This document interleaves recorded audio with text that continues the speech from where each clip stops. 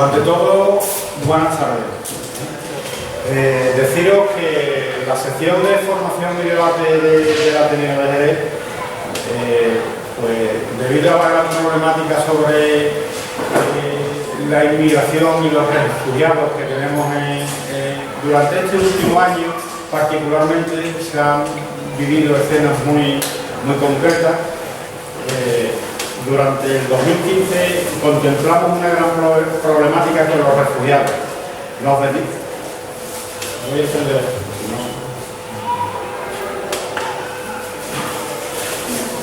Bien, nos venimos alarmando de la situación que está sucediendo en el este de Europa, particularmente en Hungría, donde se han levantado vallas y alambradas para impedir el paso a ciudadanos de Siria que piden un refugio en Europa, donde se ha impedido la entrada de refugiados, incluso utilizando la fuerza violenta del Estado. Esta situación la llevamos viviendo en Ceuta y Melilla desde hace muchísimos años, en esa huida hacia adelante para buscar un mundo mejor. Desde muchos países en grave situación de riesgo para las libertades y la subsistencia.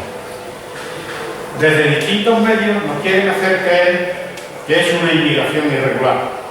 Continuamente estamos levantando muros y alambradas para no permitir ese flujo de ciudadanos que huyen incluso de su situación económica, por lo que podríamos decir que también son refugiados de tipo económico. Europa está viviendo una de las mayores crisis humanitarias de nuestro tiempo desde el fin de la Segunda Guerra Mundial.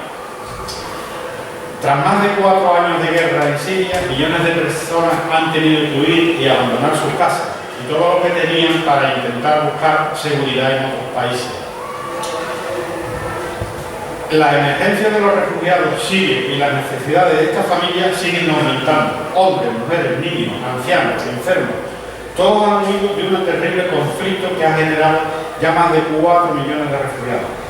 Los países limítrofes están al límite. Miles de familias están intentando sobrevivir como pueden en condiciones muy difíciles y muchos refugiados están poniendo en peligro su vida tratando de llegar a Europa. En estos momentos ya estamos en una situación que hace muchísimo frío, el tiempo está cambiando. En fin, los gobiernos deben de garantizar protección a aquellos que huyen de su país porque su vida corre peligro. También los ciudadanos debemos de participar en el compromiso para garantizar que los derechos de los refugiados tengan una asistencia digna. Desde esta perspectiva, el Ateneo de Jerez, en su compromiso con los derechos humanos, cuenta con la Asociación por los Derechos Humanos para participar y exponer en una conferencia la situación actual de los refugiados. Os voy a presentar a Rafa Lara, que él ha sido presidente a nivel andaluz durante 8 años de la Asociación por Derechos Humanos de Andalucía y que ha trabajado en el área de inmigración sobre derechos humanos en la frontera sur. No me voy a extender ya muchísimo más, le vamos a dar la palabra a él, que él tiene muchísimos más datos y muchísimos más conocimientos de todo lo que está sucediendo. Primero, gracias por invitarme a participar un rato con vosotros sobre estos temas tan terribles que estamos viviendo. Acabamos hoy de tener la noticia de la muerte al menos de 39 personas que han desaparecido muertos, ya se han rescatado 4 cadáveres de una patera que salió de Lucena y que intentaba llegar a España y no pudo y terminó naufragando, y ahí tenemos otro drama. Tenemos el foco puesto en el este, y con justicia, porque es una situación terrible, pero no podemos olvidar de que siguen muriendo criaturas intentando buscar su futuro digno aquí en Europa. Entonces yo voy a centrarme, no obstante, por escoger temas en 2 grandes bloques. Uno va a estar destinado a analizar la situación en Siria y por qué se está produciendo esta situación, este éxodo de refugiados. Y el otro gran bloque es un poco qué realmente está pasando con los refugiados, cómo está tratando el tema Europa y cuáles son las miserias de España a la hora de abordar este tema. Un poco los 2 grandes bloques que quiero trasladar, ¿no?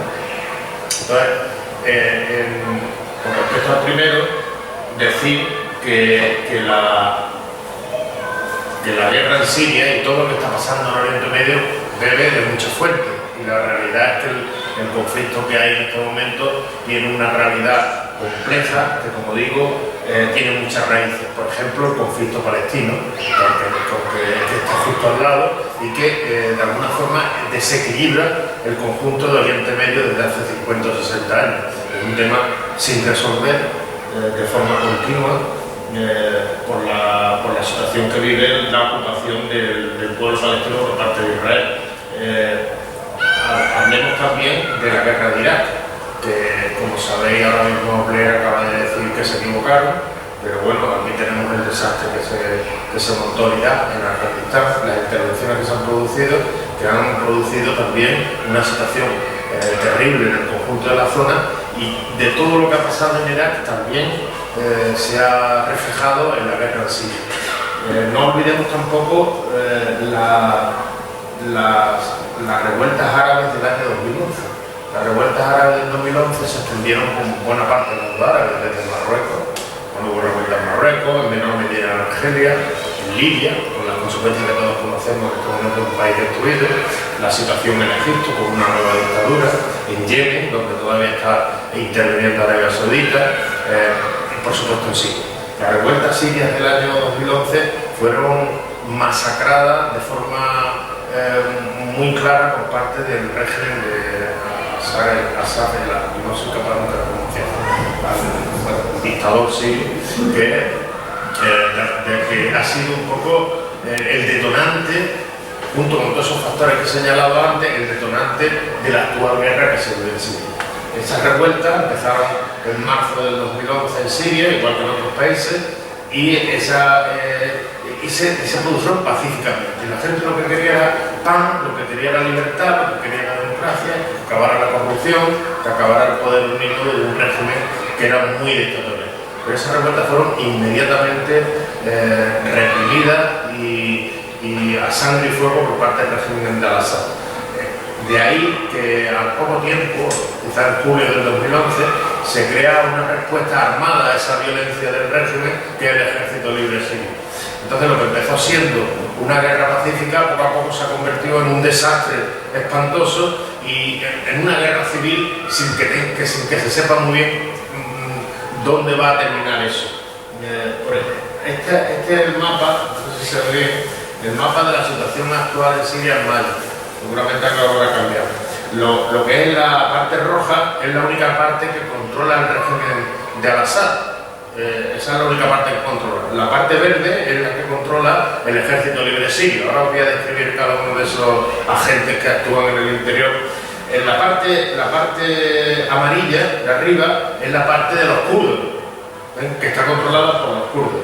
Aquí a mano izquierda abajo, la parte azul es lo que tiene conquistado Israel, que son los Altos del Golán. Y luego hay una parte, no sé si se verá amarillo también, unas partes chiquititas que están pegando al Líbano, que están controladas por Hezbollah. Y finalmente la parte negra es la parte que controla el Estado Islámico. Es decir, el grupo ese fundamentalista y terrible que en este momento no solamente está en Siria, sino también en Irak. Que de alguna forma todo bebe de la misma fuente. Os voy a describir un poco los principales actores que hay en el terreno, que muchas veces no se sabe, o sea, algunos lo sabréis, pero el principal de ellos sin duda es el régimen del gobierno de Al-Assad. El gobierno de Al-Assad, de Bashar al-Assad, de ahí viene el nombre, ya me acordaba, Bashar al-Assad, el régimen de Bashar, como he explicado antes, es un régimen que viene de un golpe de Estado, que es hereditario, es una república, pero hereditaria, pues un poco extraña. En el año 2000 entra este hombre a gobernar en Siria y cuando se abrió un poquito de esperanza de que aquello iba a cambiar un poco, enseguida se acabaron las esperanzas por la represión tan dura de Bashar al-Assad. Este régimen se basa básicamente en una minoría. El tema religioso también es un factor en la situación de Siria y en toda la zona, ¿no? Esta minoría es una minoría chií y por lo tanto está muy relacionada con las mayorías chiíes de Irak y de Irán. Entonces, es fácil entender, ahora cuando lo explique, quién les va a apoyar. Bashar al-Assad es una minoría dentro de Siria. Hay una mayoría suní, hay una parte que es kurda, como se ha visto antes, y por lo tanto este régimen siempre se ha apoyado en los cuadros del ejército, los cuadros de los servicios secretos, la gente que manda en la política, los que controlan la economía, son básicamente del clan, de la tribu de Bashar al-Assad. Y eso ha supuesto pues, porque muchísima gente del pueblo pues viera que ellos, sin embargo, estaban muy marginados de las decisiones y que pasaban muchas miserias, ¿no? Un actor importante, los rebeldes sirios.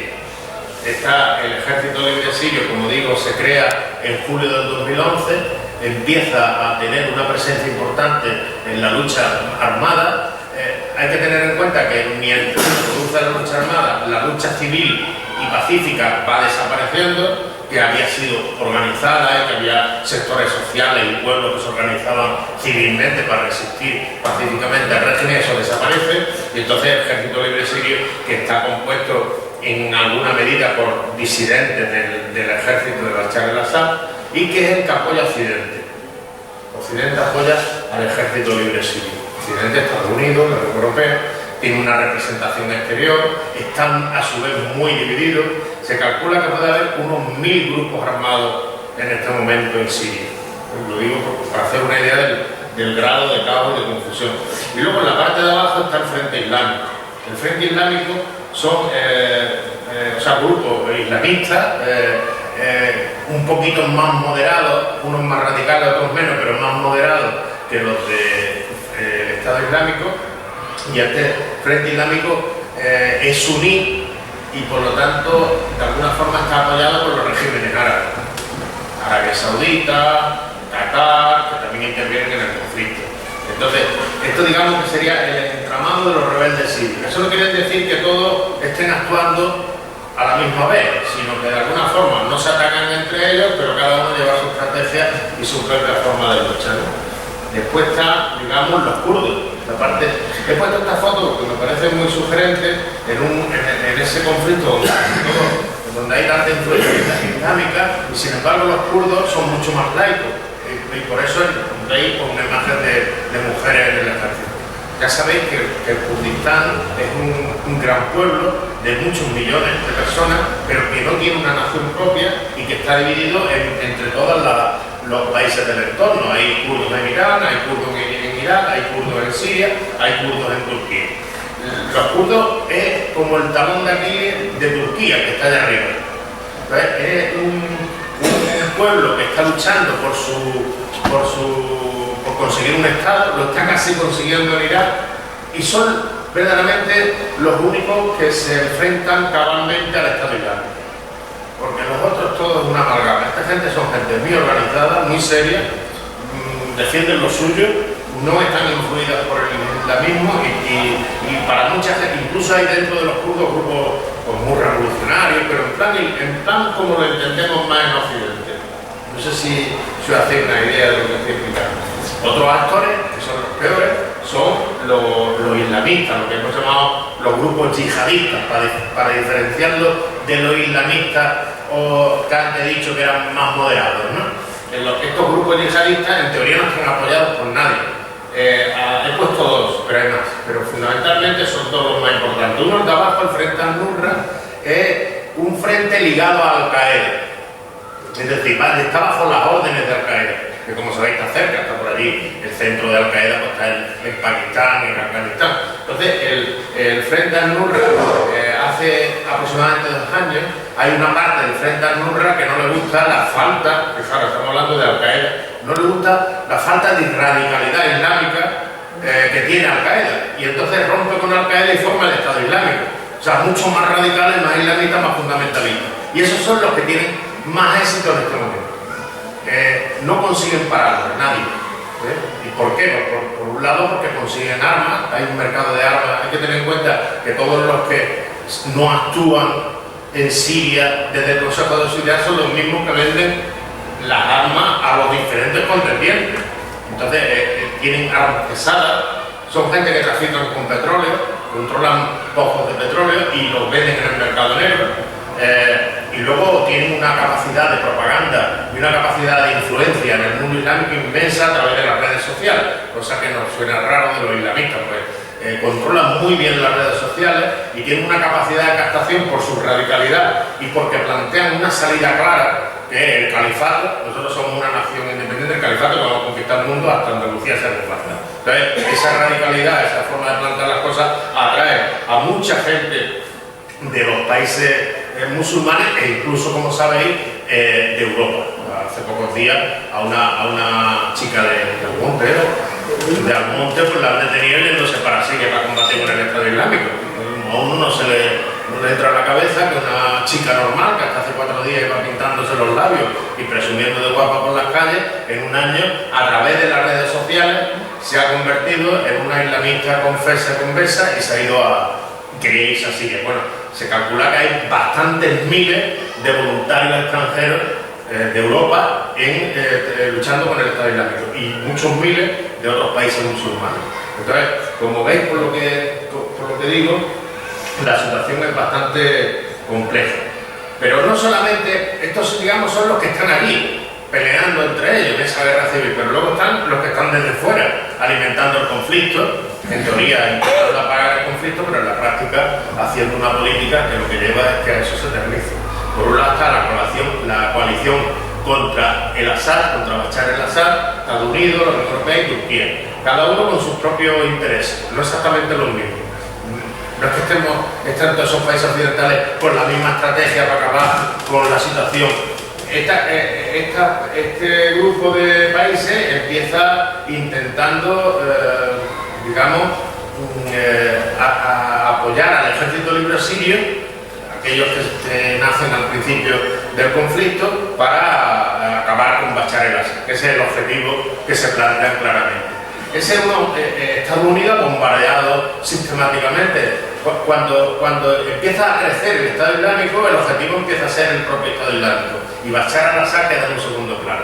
Con lo cual se da una situación en este momento en la que es posible que lo que parecía imposible hace un año, que era negociar con el régimen de Bashar al-Assad, que en este momento se produzca esa negociación por parte de los países occidentales para intentar salir del atolladero, aunque no se sabe si se saldrá. Estados Unidos ha bombardeado teóricamente posiciones del Estado Islámico. Dentro de la OE, Francia e Inglaterra han bombardeado posiciones en teoría del Estado Islámico. Turquía ha bombardeado también en Siria, pero no solamente ya, aprovechando que el Pisuerga pasa por Valladolid, no solamente ha bombardeado a los países, al Estado Islámico, sino también ha bombardeado a los kurdos, que son sus más directos enemigos. Ellos les temen como una vara verde a los kurdos, ¿no? Porque temen que terminen consolidando un Estado propio y que eso termine que toda la parte sur de Turquía es una mayoría kurda, población kurda aplastante, que eso termine afectando a la integridad turca.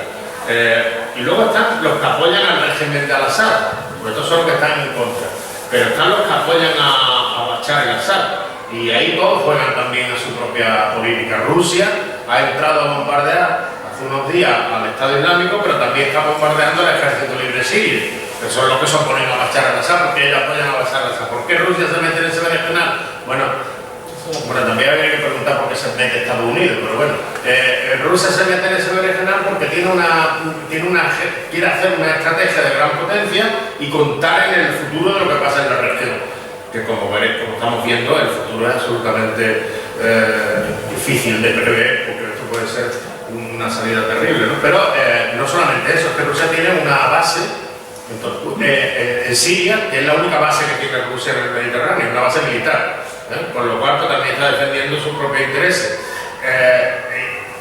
Cada uno defiende sus intereses. Irán está defendiendo por los intereses de ser una potencia en la región, quiere convertirse en la principal potencia en la región. Está interviniendo militarmente también, porque ellos envían allí los guardianes de la revolución. Los guardianes de la revolución de Irán son un cuerpo muy preparado y muy ideologizado.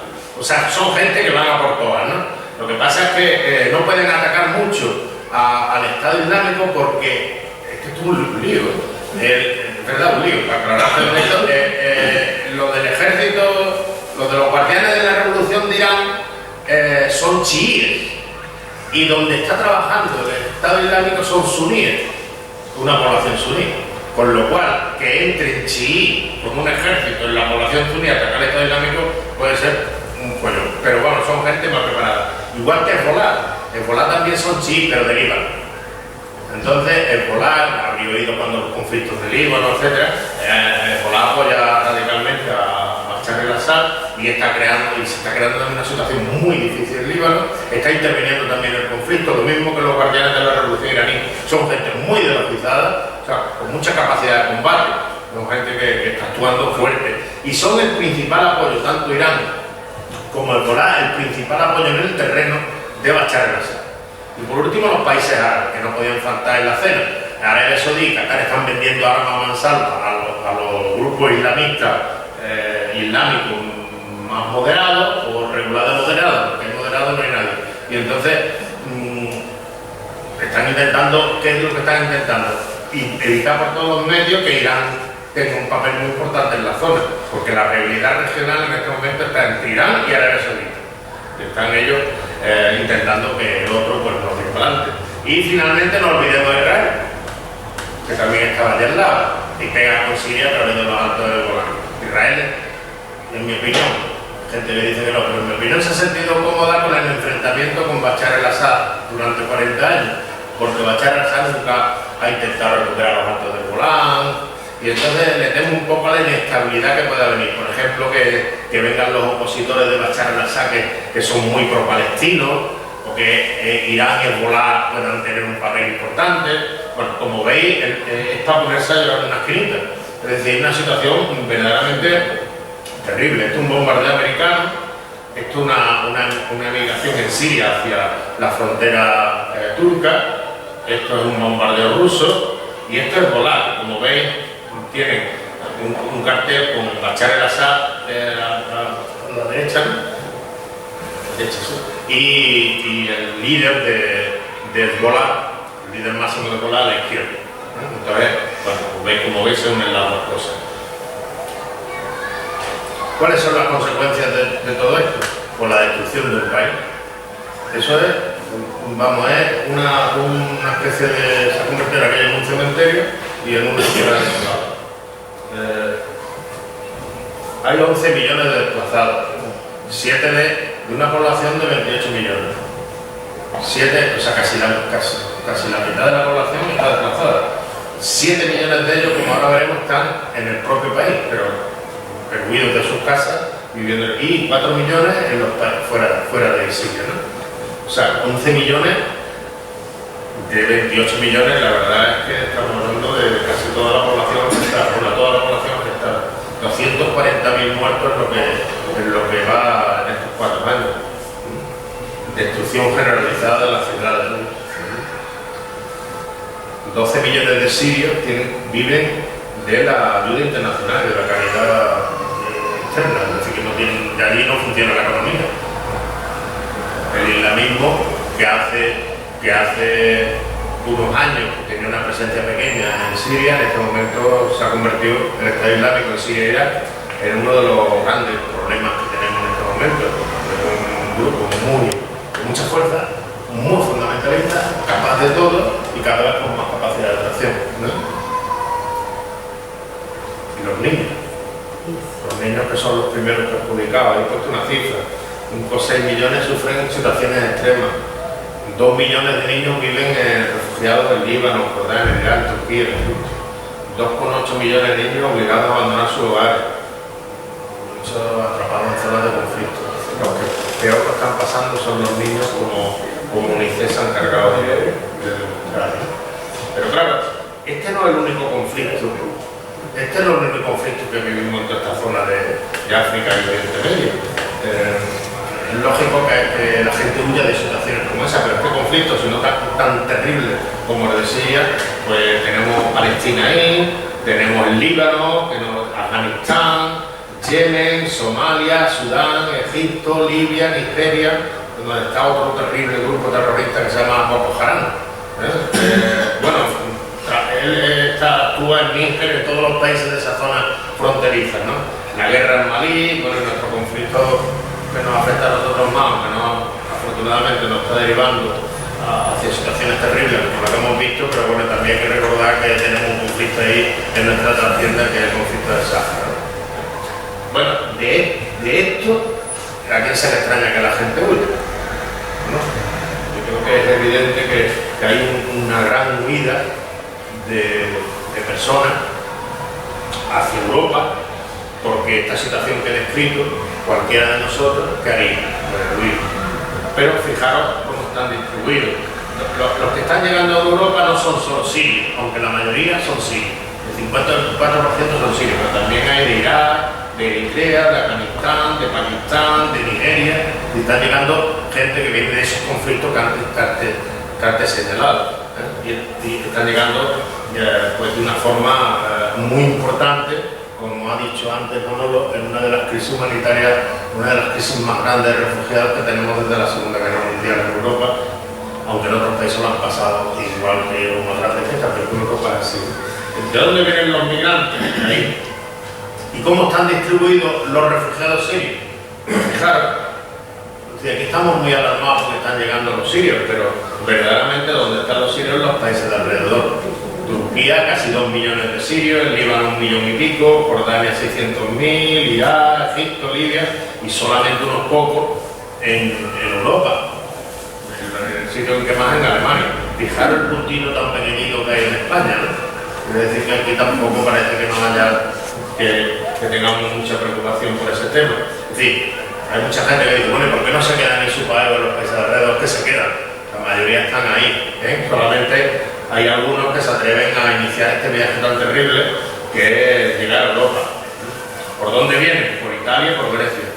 Y muy poco por España. Esta cifra de 2.300 es seguramente errónea, que es del ACNUR. Yo creo que solamente ha contabilizado una cosa, seguramente estaremos entre 4 o 5.000 personas a la llegada a España en lo que va de año. Pero bueno, ya haremos nuestro informe a final de año. Pero ya veis un poco que han llegado 500.000 de personas refugiadas a Europa, que han llegado a Italia 128.000 y 350.000 a Grecia. Y estos datos seguramente se han quedado ya anticuados, ¿no? Porque estos datos creo que son de septiembre, ha pasado todo el mes de octubre y seguramente podremos decir que hay 50, 60, 70 o 100.000 personas más de las que por aquí. Están un poco las rutas de llegada, ¿no? Bueno, estas son las famosas fotos que han dado la vuelta al mundo. Son fotos que hicieron que nos estremeciéramos todos y que incluso los políticos de negro, esos señores que no se estremecen ante nada, incluso fueron capaces de decir, bueno, que algo hay que hacer, ¿no? Entonces, la llegada de personas a Europa es muy dramática, con muchísimos muertos solamente en el Mediterráneo. Se calcula por la Organización Internacional de las Migraciones que de enero a septiembre habrán muerto unas 3.500 personas ahogadas. 3.500 personas, algo de una cantidad.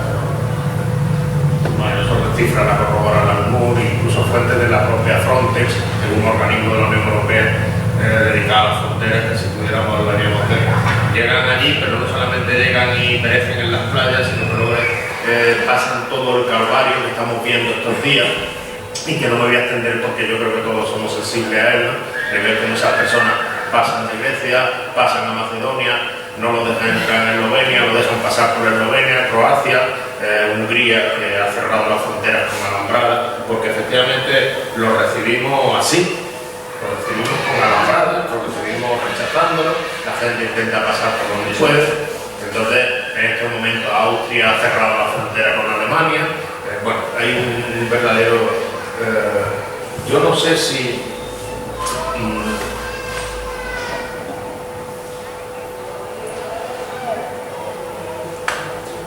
bueno, una ruta terrible, unas consecuencias para la vida y el sufrimiento de las personas muy grandes, que afecta a cientos de miles de personas y hacia la que creo que Europa no está dando la respuesta adecuada. Antes hemos hablado de que Europa, yo voy a señalar 2 o 3 cosas duras. No quiero hacer mucha sangre, pero me pide el cuerpo hacer mucha sangre, porque verdaderamente lo que está haciendo la Unión Europea con el tema de los refugiados es sangrante. En primer lugar, hay países que están vulnerando la Carta Europea de Derechos Humanos y lo que es la Carta Constitutiva de la Unión Europea están violando claramente los derechos humanos. El ejemplo más conocido es el de Orbán en Hungría.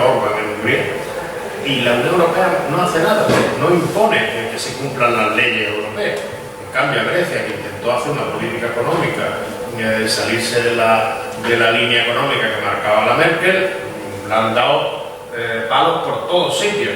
En cambio, a los que violan los derechos humanos parece que tenemos dos cosas, una de primera categoría, que es la economía y los intereses de los bancos, y una de segunda categoría, que es el respeto de los derechos humanos. Luego la acogida es vergonzosa, es decir, lo de la acogida de refugiados por parte de la Unión Europea verdaderamente es para echarle de una parte, porque han acordado 120.000, acoger 120.000 refugiados, en este momento van 800 recogidos, o sea, no han puesto en marcha los procedimientos para acoger a esos refugiados y estamos hablando de 120.000. Recordemos que hay 4 millones de refugiados fuera de Siria, es decir, estamos hablando de una parte muy pequeña del conjunto de los refugiados. Entonces, y que no responde a la realidad, poco a poco se le está... Y luego, lento, burócrata, incapaces de actuar como debía actuar una Unión Europea respetuosa, sensible y generosa. Esos valores no están en la boca de nuestros dirigentes políticos. Como dijo el Papa, vergüenza. Como dijo el Papa, vergüenza. ¿Qué consecuencias está teniendo esto? Esto va a tener consecuencias para todos, porque la Unión no solamente que Europa está tratando mal a los refugiados, es que Europa está cargándose a Europa. Sí, me voy a echar yo cargando la mesa. Entonces, Europa está cargándose a Europa. En primer lugar se está poniendo en cuestión el Tratado de Schengen. El Tratado de Schengen, como sabéis, es un tratado que permite que los ciudadanos europeos podamos circular libremente por el conjunto de Europa. Pero las fronteras, hasta hace nada, habían ya caído. Podíamos circular no hacía falta ninguna frontera, ya nos pedían pasaporte, ni carnet, ni identificación. Eso se está acabando. Por lo pronto, en el este, Alemania, Austria, Holanda, muchos países están planteando ya el levantamiento de los controles fronterizos por esta crisis de refugiados. Pero si cae Schengen, es que cae Europa. O sea, una Europa que no tenemos libertad de circulación, una Europa que tiene otra vez fronteras, pues realmente pierde todo el sentido lo que ha sido y lo que es la construcción europea. Y los valores que la Unión Europea dice que se formó, que dijimos todos que se formó, que nos adherimos a la Unión Europea porque creíamos que era un espacio de paz, un espacio de solidaridad, un espacio de generosidad, de valores de respeto a los derechos humanos. Esto se está acabando, porque ya el tema de los asilados, el tema de los refugios, el tratamiento de la inmigración, está poniendo en cuestión el respeto a los derechos humanos.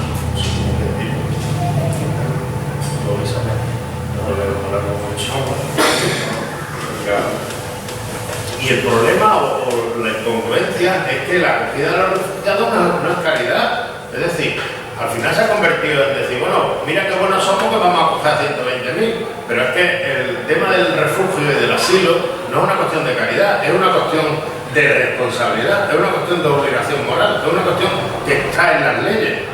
Es decir, que toda la Unión Europea ha firmado unos tratados internacionales que están en nuestra Constitución y que nos obligan a todos. Para empezar, con la Convención de Ginebra de 1951 y luego su extensión en 1966 por el Convenio de Nueva York. Son tratados firmados, o sea, si leemos lo que pone la Convención de Ginebra, no es que un Estado firmante de la Convención de Ginebra diga, hombre, voy a ser bueno y me voy a coger a 10-12. No, es que está obligado por el Tratado de Ginebra a proteger a la gente que huye de la guerra y de los conflictos y que son merecedores de la protección internacional y del asilo.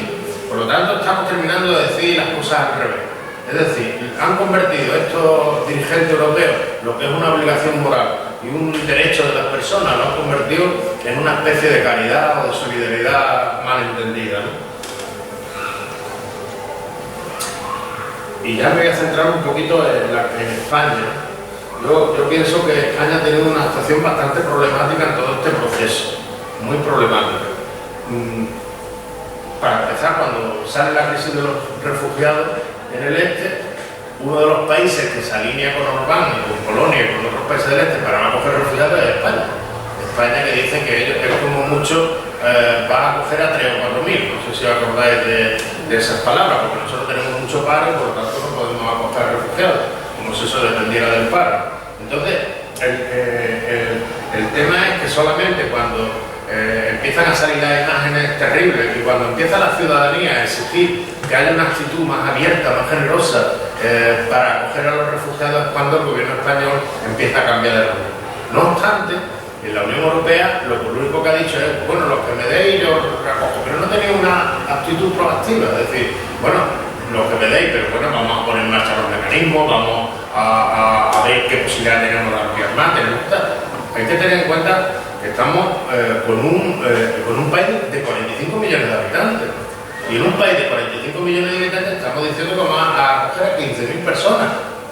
Bueno, no sé, yo creo que a todo el mundo se puede entender que estamos hablando de cifras verdaderamente modestas, ¿no?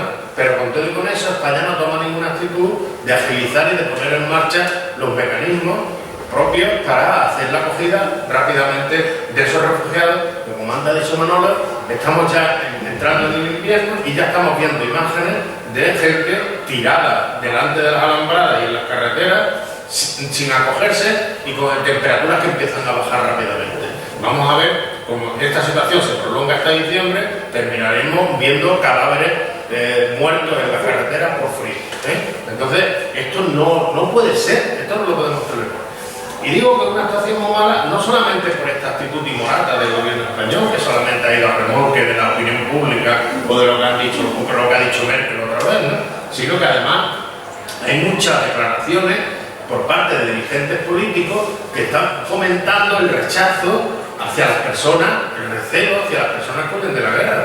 Aquí me he puesto 3, pero podría ser un montón, ¿eh? El Cañizares diciendo que somos el caballo de Europa, el Maroto del PP que entran muchos yihadistas, Fernández Díaz que eso es como una casa que tiene gotera y que entonces lo que no podemos hacer es que nos mojemos todos y lo que es mejor.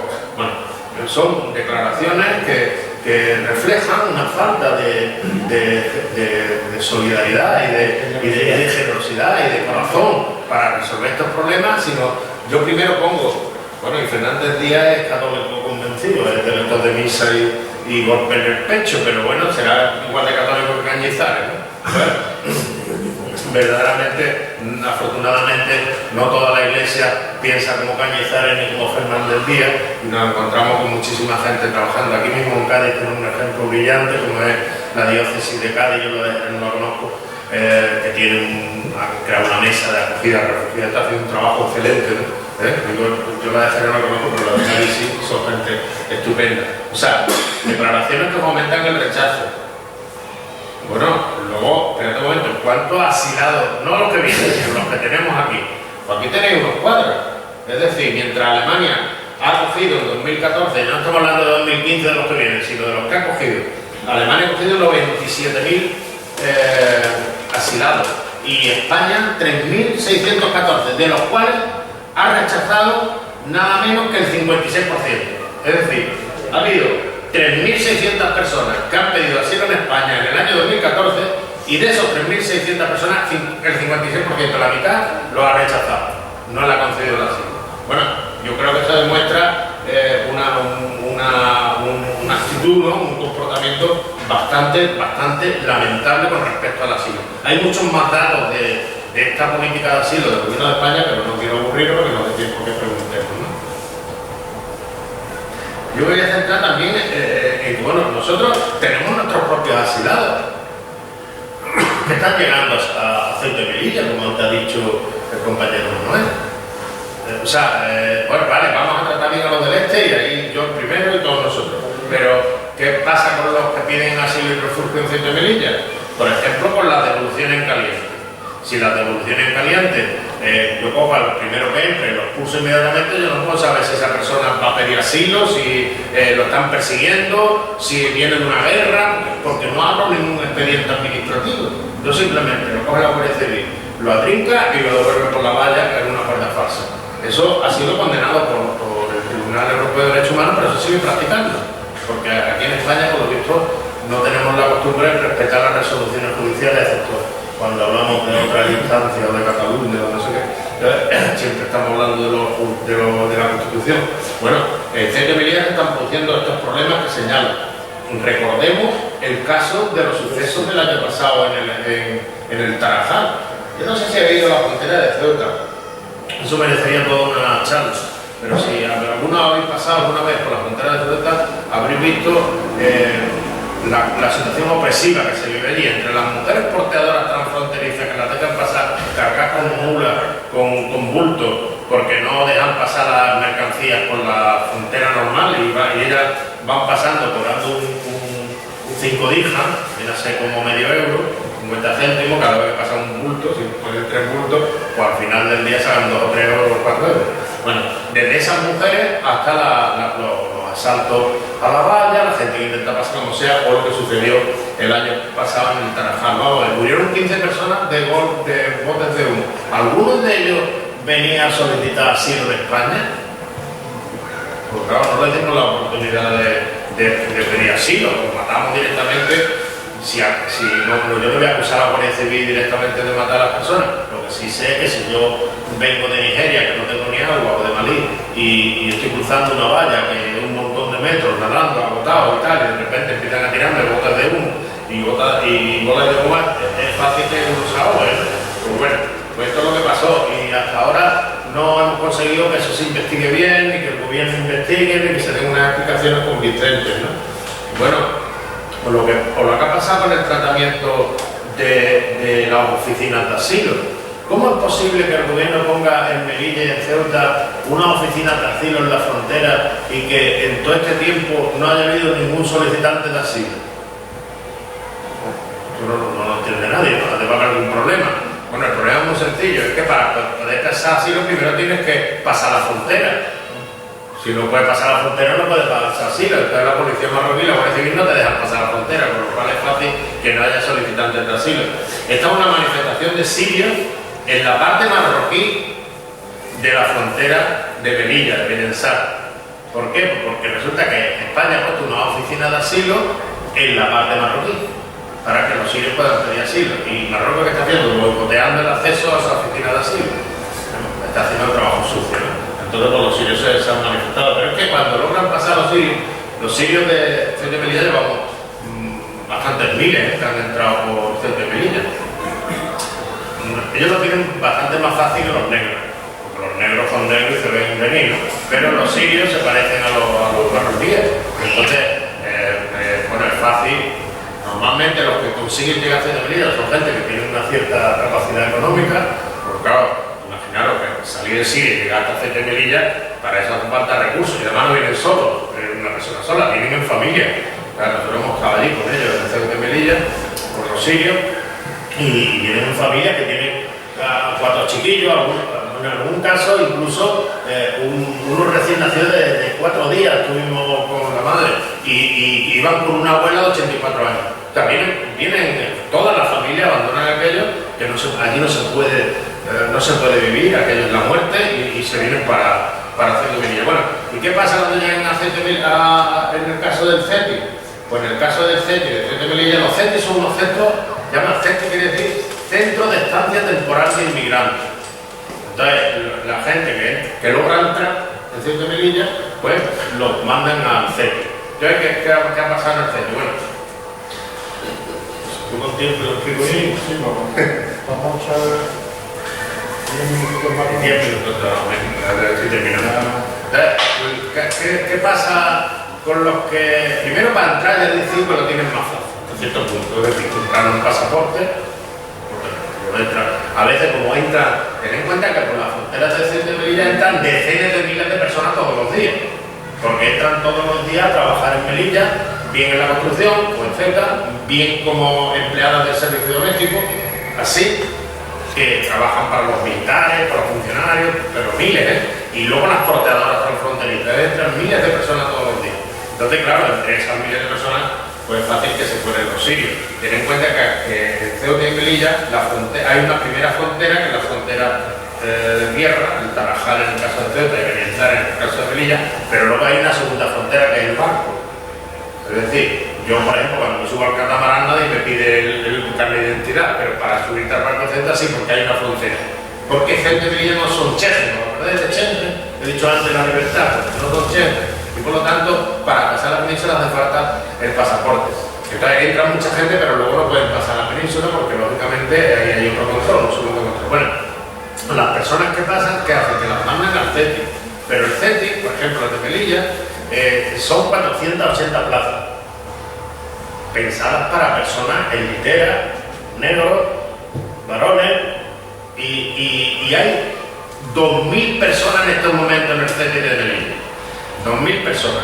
Y esas 2.000 personas son muchas familias, ¿verdad? ¿Cómo una familia puede estar, una familia con niños, con suegros, con no sé qué, puede estar en esas condiciones? Eso es invivible, infumable. Claro, muchos de ellos este año pasado se concentraron y se acamparon en las puertas de...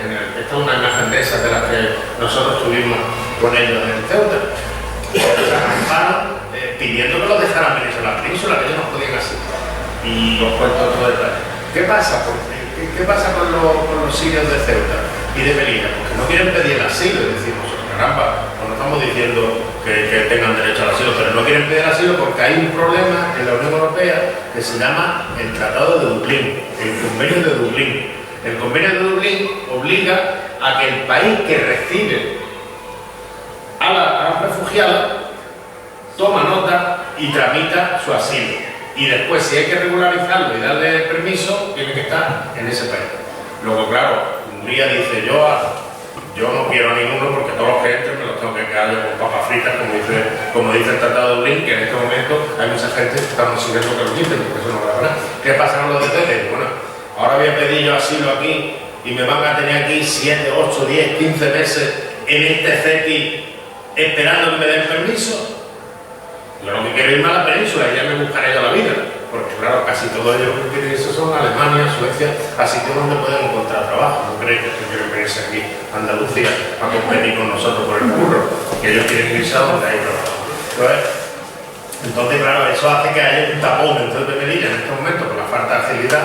Algunos vienen, algunos van saliendo poco a poco, en concreto aquí en la Junta de los Ríos, la hacen una asociación de aquí de Jerez, que tiene un centro de acogida de refugiados en la Junta de los Ríos, que bueno, ¿qué pasa? Pues lo que pasa es que la mayoría no llega con papeles suficientes, porque claro, vienen de Ceuta y de Melilla, y en cuanto pueden coger salen huyendo, porque aquí ¿qué van a hacer? Imaginaros 50 refugiados con su familia al lado de los jaramagos de la Junta de los Ríos, pues aquí ¿qué van a hacer? En cuanto pueden se van para el norte.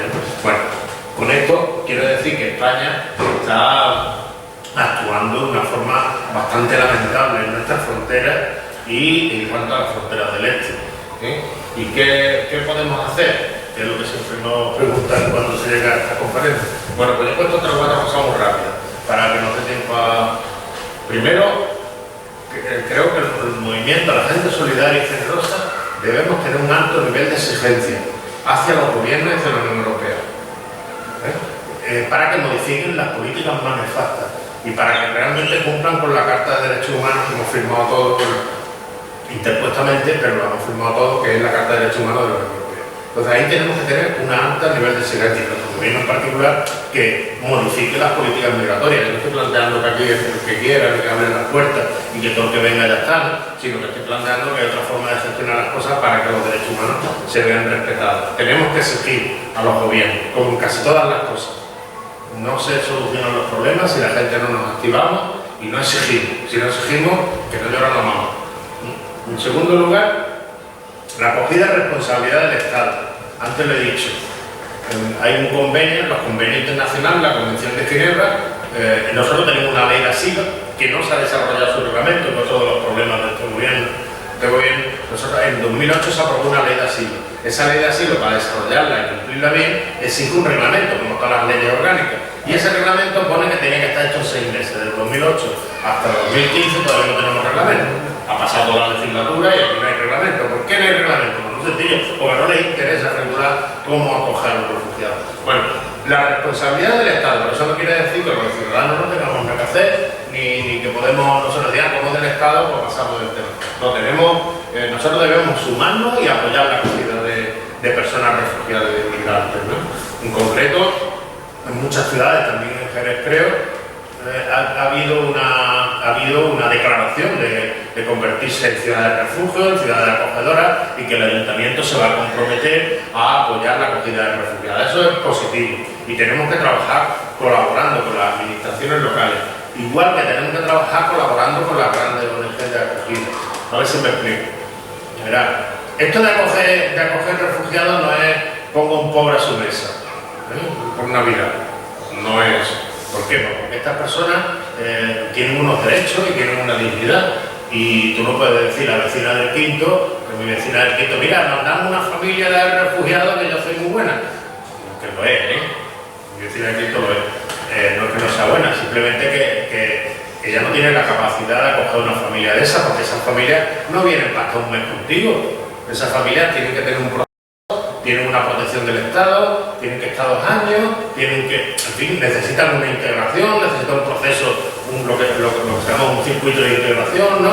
Necesitan sanidad, necesitan educación, necesitan apoyo psicológico, necesitan intérpretes, en fin, que una vecina del Quinto, pues tenerlo en su casa es más bien problemático. Entonces hay una gran ONG que son gente que les interesa, en concreto, por ejemplo, aquí está ACE, pero también está la CEA, está Roja, gente que se dedica y que es especialista en acoger refugiados. Nosotros lo que tenemos es apoyarlo a ellos en lo que nos pidan y en lo que nosotros podamos aportar para técnicamente de acompañamiento, de aporte económico, de fin, de lo que nos vayan pidiendo, y también vigilarlos un poquito, porque como son tan grandes ONG, a veces estas grandes ONG se van por las nubes. Por ejemplo, yo creo que, por lo que me han dicho, es que el centro de refugiados allí en aquel sitio, yo creo que nos reúnen unas condiciones para acoger refugiados. Si tú quieres integrar a las personas, no puedes mandarlo con los granagos, tendrás que ponerlo en un sitio donde pueda integrarse y relacionarse con la ciudadanía, digo yo. Entonces, apoyar a las administraciones locales, que las administraciones locales dinamicen también, que sirvan para algo, porque otra de las críticas que nosotros hacemos es que, bueno, que al principio apoyar refugiados, todo, ayuntamiento, declaraciones, nada por nada. Yo ahí hablando de los refugiados, que bien, que bueno somos, ciudad de refugio, declaraciones, reuniones y tal, y ahora ha pasado 1 mes y medio, aquí el tema no se sabe. ¿Por qué? Pues no se sabe básicamente porque el gobierno español no ha aclarado nada. Aquí no sabemos cuántos refugiados van a venir, no sabemos si van a venir por las grandes ONG, si van a venir por los municipios, qué necesidades son las que hay. Es decir, que el gobierno esto está ralentizando. Los municipios no saben y se han ido retirando y quedando sin turno. Y finalmente, ya termino, hay un tema importante que no quiero dejar que se me olvide, que es este que pongo abajo, de levantar un cortafuegos. Pero bueno, ya había terminado. Levantar un cortafuegos contra la xenofobia y el racismo. ¿Me vas a permitir que te ponga un par de minutitos? No. Yo sé que aquí no somos generosos, no podemos venir, porque si no me hubiera escuchado a mí a esta hora por la tarde, como dice se está en casa. Pero hay mucha gente que bueno, saca toda esa frase clásica que me han escuchado tanto por la calle, primero los de aquí, después ya veremos, vamos a meternos en ese tema.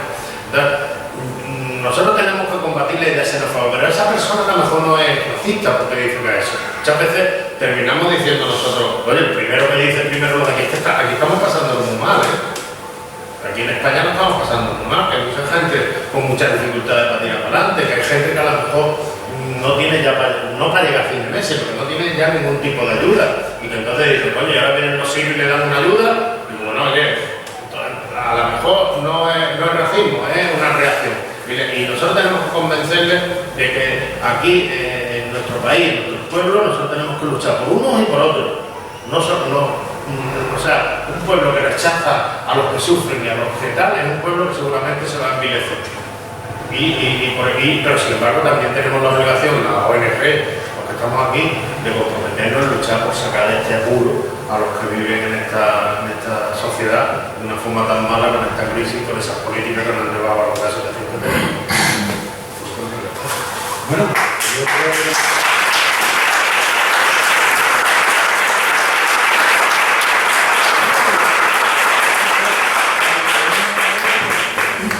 Es el castillo de Sintra, en Portugal. Lo estáis preguntando por el castillo de Sintra, al lado de Lisboa.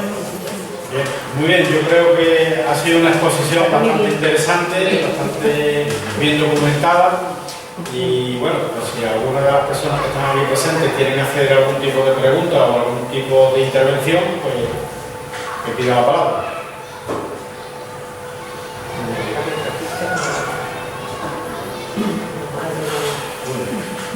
Qué perezoso soy, ¿eh?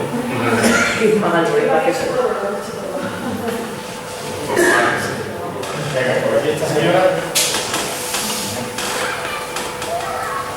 A mí me gustaría que aclararas un poquito la situación de los refugiados, que no son refugiados porque todavía no se les ha clasificado, que están en Melilla, fundamentalmente, que están en el CETI y que llevan meses, bueno, por lo menos meses, con críos, como tú has dicho, y entonces, ¿cuál es el procedimiento para que se les haga su carta de refugiado? ¿Por qué no pueden? Claro, ya sé que es lo que has dicho, que si se quedan aquí, los llegan a otros sitios, los devuelven al país y todo eso, pero ¿qué procedimiento están haciendo para que estén aquí en día muerto? Porque no hay ni siquiera... ¿Cuál es el procedimiento? ¿Qué hacen? Nosotros tomamos... ¿Las ONGs? ¿Qué se puede hacer? Nosotros ahí tomamos por un muro. No solo el muro de Ceuta y Melilla, ni el muro del Este, ni el muro de...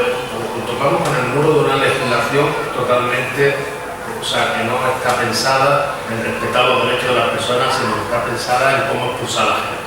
Una legislación que es la ley de extranjería, que es el reglamento de extranjería, y que son las normativas especiales que existen en Ceuta y Melilla. Entonces, ese es el muro que hace que el gobierno, para que la gente pase de Ceuta y Melilla, lo haga con cuentagotas.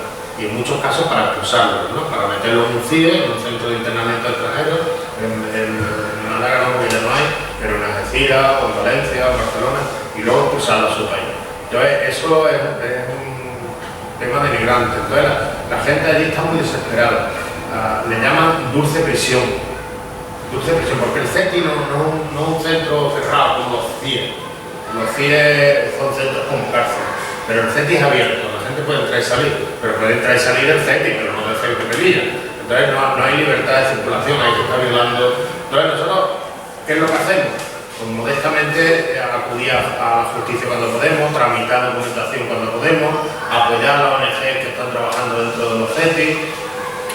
Todo muy modesto, porque ahí lo que tenemos es que lograr alguna vez que haya un cambio en las políticas migratorias. Insisto, que yo no estoy planteando que ahora quiten la valla de Ceuta y Melilla, todo el que quiera entrar a la península, que venga. Estoy planteando que se haga una gestión de los flujos migratorios más respetuosa con los derechos humanos. Es decir, vamos a ver, esas personas que han muerto, voy a poner un ejemplito de cómo se podría hacer. Por ejemplo, si cada país de la Unión Europea diera 100 visados al año, como somos 28 países, serían 2.800 visados. Si damos 200, por doble, y así. Si decimos, bueno, ¿por qué no cogemos y en cada país donde vienen los inmigrantes ponemos una oficina consular de la Unión Europea y que la gente pida la entrada en España? No son refugiados, pero como inmigrantes, que yo quiero a España, no, a la Unión Europea. Y entonces, si entre todos los países nos ponemos de acuerdo, pues seguramente entrarán las mismas personas que están entrando ahora, porque antes de eso han entrado 3.400 en España, la mayoría de ellos expulsados, por cierto, porque inmediatamente que los cogen los expulsan. Pero otros no, otros se logran quedar. Entrarían las mismas personas, pero no tendrían que subirse a esa patera. Y entonces mucha gente que diría, oye, pues yo no me ha tocado este año, pero lo mismo me toca el que viene. Por lo tanto, ¿para qué me voy a arriesgar a subirme una patera si el año que viene puedo quizá entrar legalmente? Es decir, hay que abrir vías legales para entrar en la Unión Europea. Vías legales. Entonces eso sería una alternativa importante. Alfonso.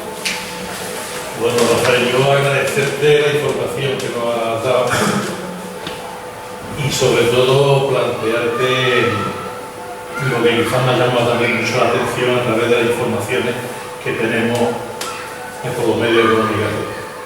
Una persona o unos refugiados, familias, que están pasando desde Siria a la Unión Europea, en cada frontera tienen que cotizar. Y también, por otro lado, en todo ese movimiento de estas migraciones, pues hay mafias que están enriqueciéndose a costa de. Luego está también lo que acaba de decir usted, para que no tengan que coger una balsa y cruzar el Egeo, o aquí el Estrecho, pues facilite usted desde esos países, que es donde quieren coger esos medios tan inhumanos que provocan esas 3.000 y pico de muertes Y otra segunda cuestión, que era cómo terminaba tu charla, ¿no? Me hemos dado cuenta, es verdad que también aquí, si a lo mejor entramos un poco en la opinión pública, nos podemos encontrar con ciertas sensibilidades xenófobas, por decir algo de sensibilidad que creo que no tiene nada, ¿no? Pero en Alemania sí se están dando casos. Nazis, fascismo puro. Y eso sí que es temible, porque ciertamente no sé, rompe cualquier tipo de convivencia humana, ¿no? Entonces yo plantearte un poco eso, ¿no? Sobre todo estas mafias que creo que de alguna manera también se tienen que conocer y se tienen que saber, y la policía debería de saber, tanto en Ceuta y Melilla como en Turquía o donde sea, ¿no? Gente que están haciendo negocios, porque esa guerra, como bien dice, traen unos recursos, pero es que si en cada frontera tienen que depositar unos dineros, yo no sé cómo pueden llegar incluso a tanto. La gente que ha muerto ayer ha pagado seguramente 600 o 800 euros por coger la balsa. Entonces había 55 personas en una balsa. Eso es una masificación enorme. Entonces, 600 euros por morir. Si pudieran venir en el ferry, no podrían esas balsas y por lo tanto no habría mafias. Las mafias son producto de la ilegalidad. Hay gente sin escrúpulos y gente que son pasadores simplemente, que son agencias de viaje caras, ¿no? Pero verdaderamente en otros casos como este que acabamos de ver de ayer es verdaderamente espeluznante, ¿no? Entonces, contra las mafias hay que luchar, pero ¿cómo realmente se lucha contra las mafias sin que existan vías para que la gente venga? Si la gente no tiene ninguna posibilidad de venir a España o a Europa, ¿qué es lo que hace? O acude a la mafia o se busca la vida por su cuenta. Muchas veces no son mafias, son gente que se busca la vida por su cuenta. Por ejemplo, este fenómeno que se ha producido en los últimos años de llegar al Estrecho de Gibraltar con balsas de juguetes. Ahí no hay ninguna mafia, ahí se ponen 6 de acuerdo, se compran un bazar la balsa de juguetes y se suben a la balsa cuando ellos creen que pueden pasar. Entonces, y además como entre ellos se conectan mucho y dicen ahora, el día tal, vamos todos juntos que algunos volarán. Entonces, hay mafia, hay que luchar contra ella, en algunos casos es despreciable y redundante, pero también es verdad que hay una ilegalidad imposible de sortear la frontera para haber mafia. Eso es lo mismo que la droga, mientras sea imposible comprarse el porro en un estanco, pues entonces habrá mafia y hay gente que trafica porro. Eso no tiene, vamos, ya le puedes dar la vuelta que tú quieras. Pues esa es un poco la realidad, la ilegalidad produce esas mafias. ¿Alguien más quiere decir algo? Yo me gustaría entrar un poquito en lo que decía Alfonso en cuanto a la xenofobia, ¿no? ¿En qué situación realmente nos encontramos? Tú que conoces a lo mejor más la historia, porque hay muchos movimientos de solidaridad, ¿no? Y de que se arreglen las cosas, de que esas personas puedan entrar, pero ¿cómo está la situación de ese tipo de xenofobia y esas imágenes que vimos de esa periodista, ¿no? Dando las patadas?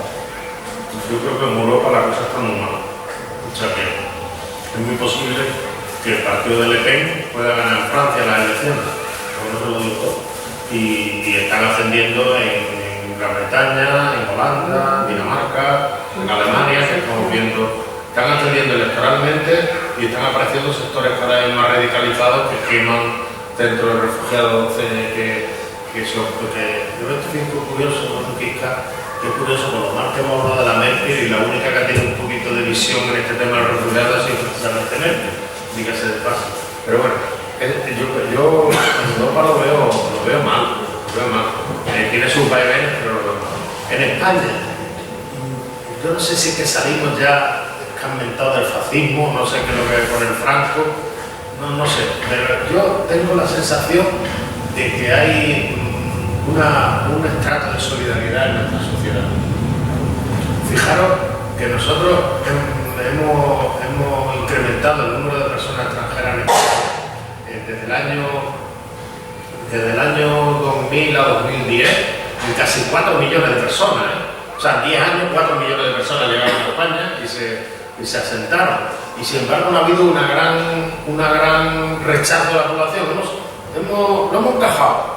O sea que yo confío mucho en el espíritu solidario y difuso que tiene. La reacción que ha habido con el tema de los refugiados es una muestra, pero no solo los refugiados, sino cuando sale el Katrina, cuando sale el tsunami, de la gente que se vuelca en ayudar a lo que puede. Yo confío mucho en ese espíritu. Es verdad que no obstante, yo antes señalaba, o sea, hay dos fenómenos, efectivamente siempre hay sectores que yo creo que son minoritarios, que hay que combatir contra ellos, que son militantemente racistas y contra los inmigrantes, que esa gente no lo va a convencer de nada, quiero creer que son minoritarios, pero que es muy peligroso la situación que estamos viviendo en España, en el sentido de descalabro político. O sea, que en este momento hay una situación que la gente no cree en la política, no cree en la democracia, no cree en los partidos políticos. La estructura de nuestro país se está resquebrajando en el sentido de desconfianza plena de la ciudadanía. La crisis económica tan terrible y cómo se ha afrontado por parte de los gobiernos sucesivos esa crisis que ha empobrecido a la población, ha aumentado las desigualdades, la gente sin tirar para adelante, en fin. Entonces, todo eso es caldo de cultivo de las ideas más reaccionarias. O sea, de ahí se puede salir con un cambio positivo o por el contrario nos encontramos con un incremento importante de la idea reaccionaria. Y es nuestra obligación intentar que no sea así. Pero ya digo, no hay que confundir esos sectores xenófobos que pueden aprovecharse de esta situación que hay, como Gil en su tiempo. Lo de Gil y ganó en Marbella y Gil era un populista terrible y bueno, y otros casos que tenemos en la línea y tal, pero bueno, esos sectores abiertamente xenófobos, que por cierto, insisto, que algunos están en el Partido Popular, lo digo con toda claridad, porque es que a mí, y yo no me quiero meter en política porque no soy de política, no soy de ningún partido político y muchas veces ni voto. Pero que no se pueden tener dirigentes como la Albiol ese diciendo que Vía limpiaba la lona, el Maroto en Vitoria echando la culpa a los latinoamericanos, a los moros, bueno, las frases que contáis, en fin, eso es mal interés. Pero, insisto, todas esas cosas que hay que rechazar no podemos confundir. Eso no quiere decir que el Partido Popular en su conjunto sea un partido racista, Yo no estoy diciendo eso, por eso vayan a entender mal, porque las cosas que ponen en su sitio. Pero no podemos confundir eso con la reacción que se produce en muchas clases populares que están pasándolo muy mal y que dicen eso, oye, primero los de aquí, ¿no? Entonces a esa gente hay que convencerla, no hay que decirle, oye, tú eres un racista, no, que en el momento, que las cosas están muy mal, es verdad, pero esta gente, fíjate de dónde vienen, por lo que han pasado, tienen derecho a que los ayudemos, hay que protegerlos, es una guerra, tú qué harías si a ti te pasara lo mismo, etc. Y al mismo tiempo decirle, cuidado, pero los que estamos diciendo que hay que apoyar a los refugiados, también somos los que luego estamos todo santo día luchando por los de aquí. Porque también nosotros estamos luchando por la vivienda, estamos luchando contra el paro, estamos luchando por la situación de muchos niños que están pasando hambre, que tienen que comer en los colegios, hay muchas ONGs que las ayudamos, estamos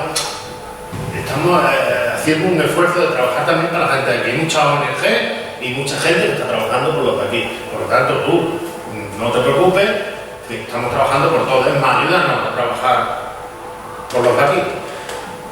Que hace falta tus manos para ayudar a los de aquí. Es que ¿puedo? Sí, claro. Traigo a nuestra memoria ahora la respuesta que dio un joven sirio, refugiado, y en la reducción decía: yo soy sirio, yo no quiero ser un refugiado, yo lo que quiero es que mi país, volver a mi país, porque lo que quiero es que haya paz en mi país. Entonces mi planteamiento es, ¿qué respuesta le podemos dar a ese salario? O sea, los estados, porque claro, luego por otro lado, en un comentario también entre compañeros, el problema es también el derecho internacional, donde tenemos todavía un mundo donde las fronteras son o sea, cada país tiene su propio gobierno y no hay manera de que se le pueda caer, o sea, hacer caer en la razón de vivir en paz y respetar los derechos humanos. Entonces, pero vamos, mi pregunta es la de este chaval, ¿no? ¿En Siria se podría intervenir? Es verdad que con lo que dijiste al principio. Yo la verdad es que personalmente creo que eso no tiene solución, por lo menos a corto plazo. Hay una situación muy deteriorada ya, con una guerra civil abierta, espantosa, con muchos sectores enfrentados, y yo creo que una intervención militar a lo mejor a corto cambia algo, pero mira lo que tenemos montado en Irak y en Afganistán, o Libia, el país destruido y que no tiene futuro. Pues Libia es un país sin futuro, porque entonces la cuestión es que las intervenciones militares extranjeras suelen traer a la larga, pero es verdad que uno dice, ay, ¿cómo no hace nada, madre mía? Aunque están mandando tanto, vámonos para allá, para aquello.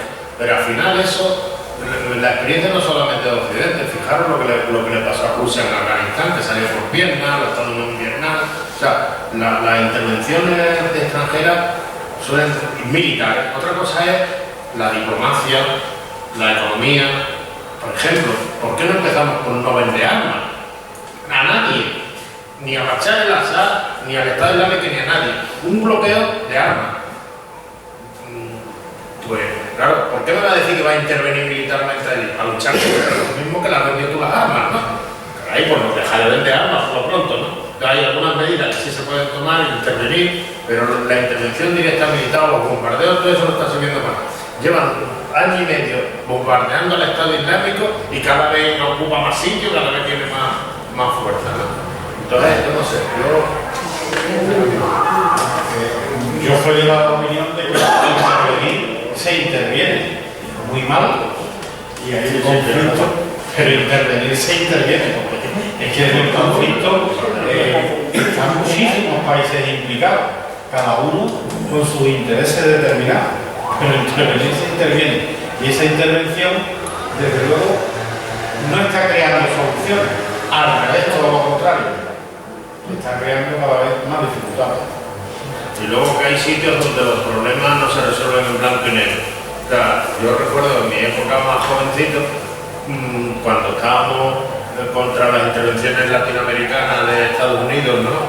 Y entonces siempre teníamos claro, estaban los pueblos latinoamericanos y Estados Unidos que eran malos, ahí están los buenos y los malos. Entonces, hay mucha gente que quiere reproducir ese esquema, ¿no? Y entonces decir, bueno, pues Siria, ¿quiénes son los malos? Los que estén con Estados Unidos. Entonces, el tema no es tan fácil, ¿no? Porque ahí no es difícil que haya ninguno bueno, o sea, ahí todos son malos, habrá, o sea, todos están masacrando, todos están haciendo atrocidades, quizás peor de otros sea el Estado Islámico, pero Bashar al-Assad también, en fin, entonces es difícil, yo creo que eso sería un avispero sin salida. Ahora, que están interviniendo, sí, ya lo han contado todos los que están bombardeando, lo han contado Gran Bretaña, Francia, Estados Unidos, Turquía, Rusia, tropas sobre el terreno de Irán, de Arabia Saudita, de Hezbollah, o sea que están interviniendo. El problema es que yo creo que lo que hace falta es que no haya armas allí, o sea, para todos los medios, que la ONU se pusiera seria de verdad, que no lo hace porque los mismos que tienen que tomar la decisión son los que venden las armas, y entonces, pero si se pusiera de verdad, dejar de vender armas, y estableciera una negociación oficiada de verdad por la ONU entre las diferentes partes, pues no se podría avanzar, pero bueno, eso es por ahora poco probable. ¿Alguna intervención más? Quería decir que para mí la verdadera raíz de todo, como siempre, es el el ansia de poder económico.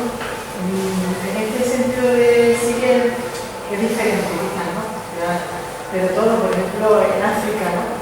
Si en vez de explotar tanto los países como se han explotado, a esa gente que viene aquí porque están ya que no pueden, se hiciera como ha hecho Vicente Ferrer, o sea, ayudarlo a crear pozos, a que cultiven, a que tengan máquinas de coser y un montón de cosas, y se subsistieran ellos mismos, pues no tendrían que venir a ningún lado. O sea, el problema es que se les explota todo lo que tengan, diamante, todo lo que tengan, y encima luego se le da una colilla de arroz, una extra de calidad, que es pan para hoy y hambre para mañana. Entonces, para mí el problema es, como siempre, esa ansia de poder que tiene el ser humano, que hay mucha gente que lo tiene, y que los países occidentales, llegó un momento que se perdieron en la democracia, se perdieron en ese sistema, y lo pudieron solucionar y no lo solucionaron.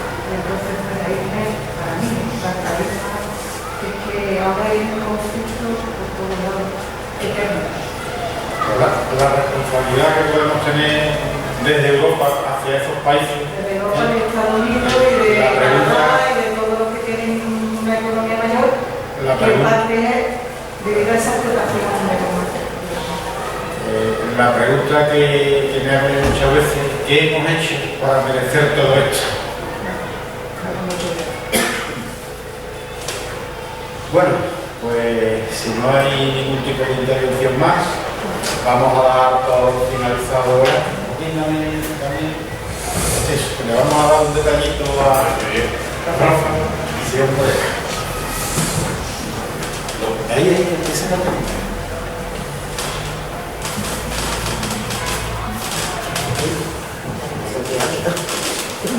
Bueno, aquí, pues, por tu intervención es a don Rafael Lara Balleria por su conferencia Refugiados y Migración, eso 2015, así como su apoyo desinteresado a esta institución y su labor en la defensa de los derechos humanos.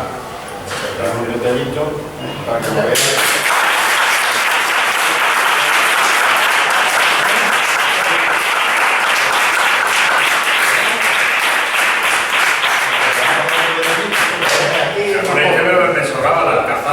Eso es para que yo he visto que yo quiero un castillo en mi ordenador. Eso es para que tengas un recuerdo de ahí.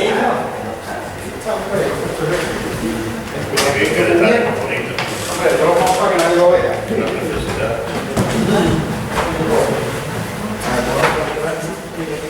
Se hace un reportaje de escándalo. Eso es un detallito para que tengas un recuerdo de tu paso por la tele. Y este es un regalito para que te lo bebas.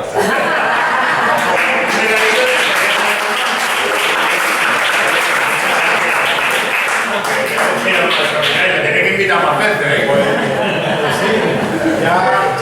Ya que has puesto bastante interés en venir y has puesto todos los medios, que no hemos tenido ningún tipo de problema con tu participación, has estado siempre dispuesto a venir, pues nada, pues ya te invitamos, ya te tenemos controlado. Muy bien, gracias.